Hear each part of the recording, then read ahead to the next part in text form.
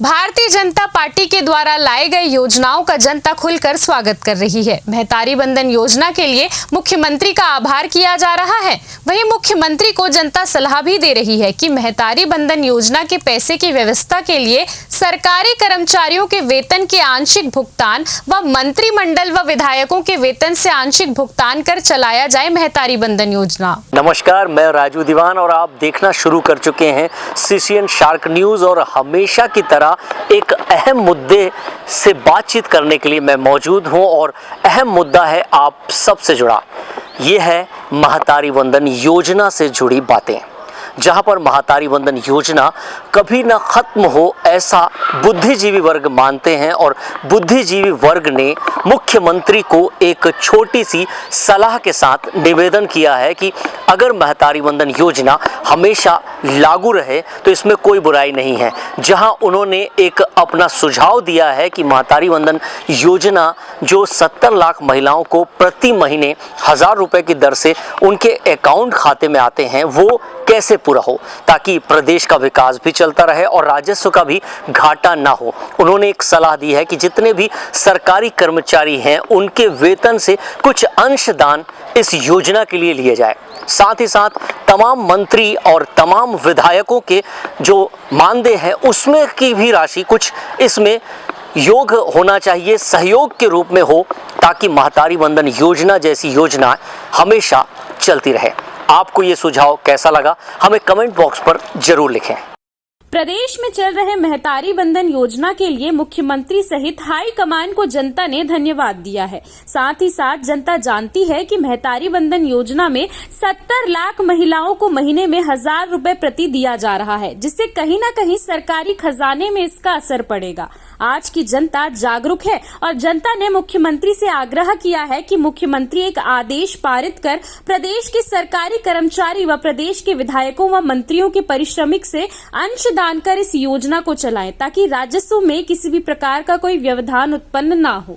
महतारी बंधन योजना एक बेहद महत्वपूर्ण योजना है। इस योजना के चलते आज महिलाएं सशक्त हो रही हैं, मगर हम जनता है और जनता को अपने प्रदेश की चिंता है और मुख्यमंत्री चाहे तो ये योजना अनवरत चलती रहेगी। इसके लिए मुख्यमंत्री को एक छोटा सा सुझाव हम दे रहे हैं कि मुख्यमंत्री से उम्मीद है कि मुख्यमंत्री इस सुझाव को अमल में लेंगे और ये योजना यूं ही चलती रहेगी। महतारी बंधन योजना जो चल रही है उसका लोग स्वागत कर रहे हैं, मगर एक कुछ जागरूक जनता है, उनके कुछ सवाल हैं कि महतारी बंधन योजना में जो राजस्व का घाटा हो रहा है, जो 70 लाख महिलाएं हैं उन्हें पैसा मिल रहा है महीने टू महीने, उनका एक सुझाव है कि सरकारी कर्मचारी अधिकारियों के कुछ वेतन के कुछ पैसे काटे जाएं और जो विधायक हैं उस निधि से कुछ काट के अगर वो किया जाए तो बेहतर रहेगा। क्या सोचते हैं आप इसे? देखिए, इस देश में, भारत देश के अंदर में एक संविधान, एक व्यवस्थाएं हैं। उस व्यवस्थाओं के अंतर्गत आम नागरिकों को भी इसका लाभ मिलता है और जो सिस्टम के लोग हैं उनकी भी आवश्यकताओं की पूर्ति होती है। तो किसी का तनख्वाह है, किसी के भत्ते हैं, किसी का मानदेय है। तो मुझे लगता है कि सरकार इस पर समय समय पर विचार करती है और जैसी जैसी आवश्यकताएं होती है उस आवश्यकताओं की पूर्ति करती है। छत्तीसगढ़ में एक हमारा ट्राइबल बहुल्य क्षेत्र है, हमारे गरीब परिवार के लोग बड़ी संख्या में रहते हैं और किसी भी राजा का ये धर्म होता है कि उस प्रदेश की जनता जो है वो भूखे पेट न सोए। कोई भी परिवार आर्थिक अभाव में उसको किसी प्रकार की कोई दिक्कत ना हो, इसलिए समय समय पर इसकी एक कार्य योजना बनती है और कार्य योजना के आधार पर किसी की आवश्यकता है। आज हम महिला सशक्तिकरण की बात करते हैं। महिलाएं घर चलाती हैं, किन्हीं कारणों से किसी घर में किसी प्रकार की दिक्कतें होती है, हमारी विधवा है, परित्यक्तताएं महिलाएं हैं, आखिर चिंता कौन करेगा? तो ये सरकार चिंता करती है और इसी दृष्टिकोण से इस तरह की कार्य योजना बनती है। मुझे लगता है 1000 रुपये यदि वैसे देखा जाए तो कोई बहुत बड़ी राशि नहीं है, लेकिन एक मेंटल सपोर्ट और एक फाइनेंशियल सपोर्ट हम किस तरीके से उन महिलाओं को दे सकते हैं, इसके लिए ये कार्य योजना बनी और उसका स्वागत भी महिलाओं ने किया, पूरे हमारे राज्य के लोगों ने किया। लेकिन दूसरी ओर ये ठीक है कि एक सवाल निश्चित रूप से समाज के बीच में से आता है कि इस तरह की योजनाओं के बाद किसी प्रकार के दूसरे काम प्रभावित नहीं होना चाहिए, अर्थात विकास के काम, सड़क, पानी, बिजली, मूलभूत आवश्यकताएं, इस पर कहीं प्रभाव नहीं पड़ना चाहिए। लेकिन मुझे कहते हुए प्रसन्नता है कि आज हमारी सरकार है वो सर्वांगीण विकास, हम डेवलपमेंट के लिए भी पैसा दे रहे हैं, हम स्वास्थ्य के लिए भी पैसा दे रहे हैं, पेयजल के लिए अटल जल जीवन मिशन 60 सालों में नहीं हुआ कि हर घर में 24 घंटे पानी किस तरीके से पहुंचे।